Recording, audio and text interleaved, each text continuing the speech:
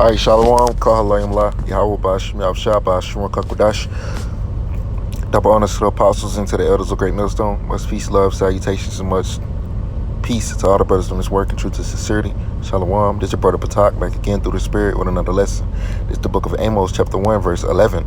It says, Thus said Yahweh, for 3 transgressions of Edom, and for 4 I will not turn away the punishment thereof. Because he did pursue his brother with the sword, which is, Esau.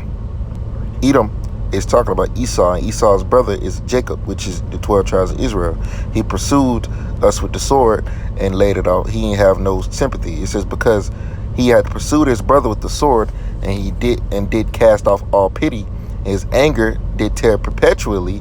That means continually, and he kept his wrath forever. So let's go to that word perpetually. Let's see what that means. I know what it means. Perpetually. Well, it's something that's perpetual, is everlasting, unceasing, existing indefinitely, continuing forever in future time. So Esau's wrath continued forever in future time. This verse 12, it says, But I will send a fire upon Teman, which shall devour the palaces of Basra. So the Lord is going to send a very destroying fire upon Esau because of his treachery that he has done against the nation of Israel. Book Malachi chapter 4, you know what? Malachi chapter 1, verse 1, it says, The burden of the word of Yahweh to the Israel by Malachi.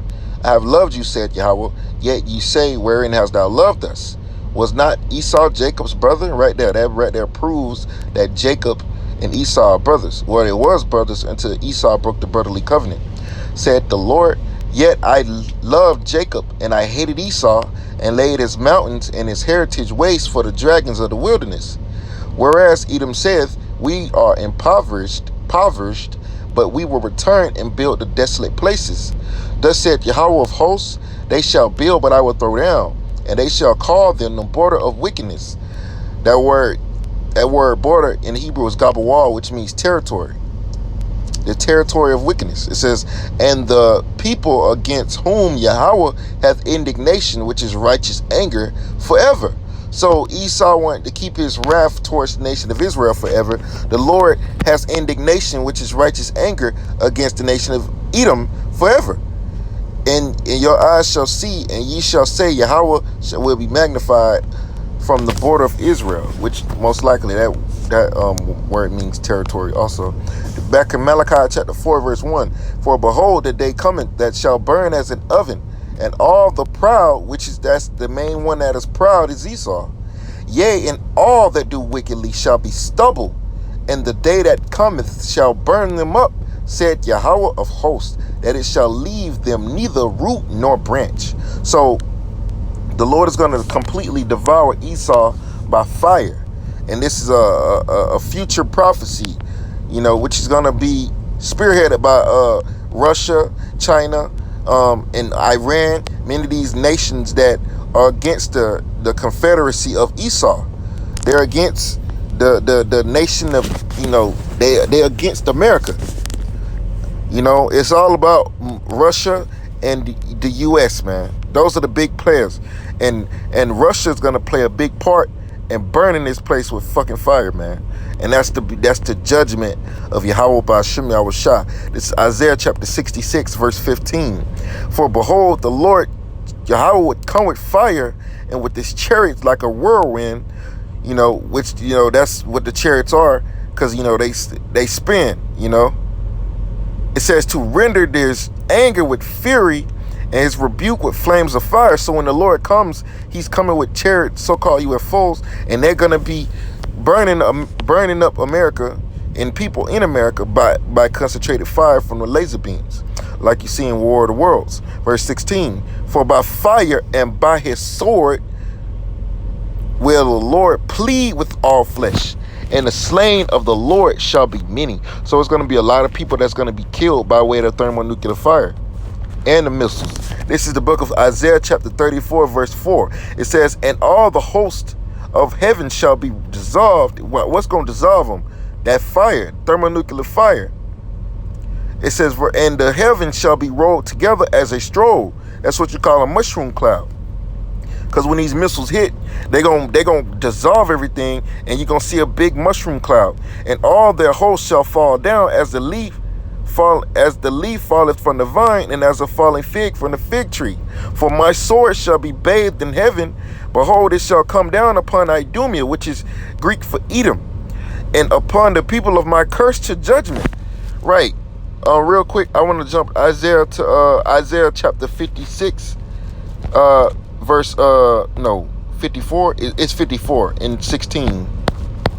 Because the Lord used these German scientists to create these missiles in order for these Edomites to destroy themselves out of power. So they're going to completely destroy themselves. You know, this is Isaiah 54 and 16. Behold, I have created the smith, which the smith is a man that deals with metals. And if you know anything about the metal, a thermonuclear missile is made mostly out of iron.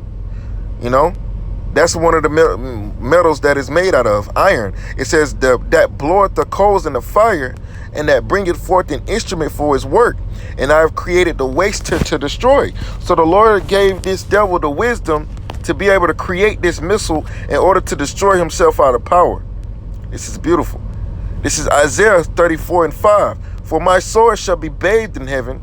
Behold, it shall come down upon Idumea, and upon the people of the curse of my curse to judgment. Now a sword is any killing instrument, you know, and that thermonuclear missiles are the ultimate weapon, the ultimate sword. That's the master sword that the Lord created, you know, in order to destroy these devils. Verse 6, the sword of Yahweh is filled with blood. It is made fat with fatness, and with the blood of lambs and goats, and with the fat of kidneys of rams. For the Lord hath a sacrifice in Basra, and a great slaughter in the land of Idumea. Because America is known to be a land of the big melting pot. A lot of nations are over here in America from all over the world. So therefore, if these people reside here in America, they're going to be burned with fire, man. Verse 7, and a unicorn shall come down with them, and the bullocks with the bulls, and their land shall be soaked with blood, and their dust shall be dust made fat with fatness.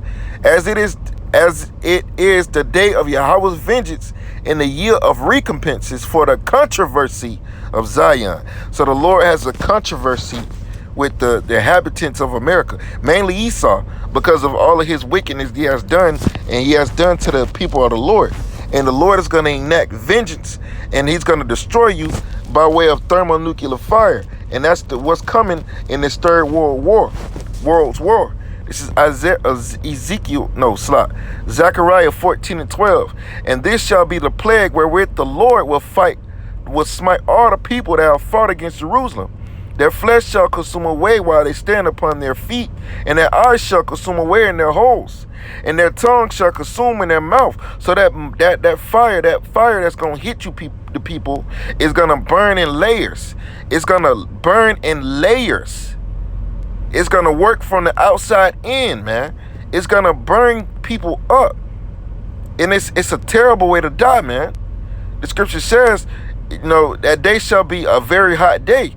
And those missiles are hotter than the surface of the sun. So it's going to completely obliterate people, man. Turn them into powder. Burning deep into the roots, man.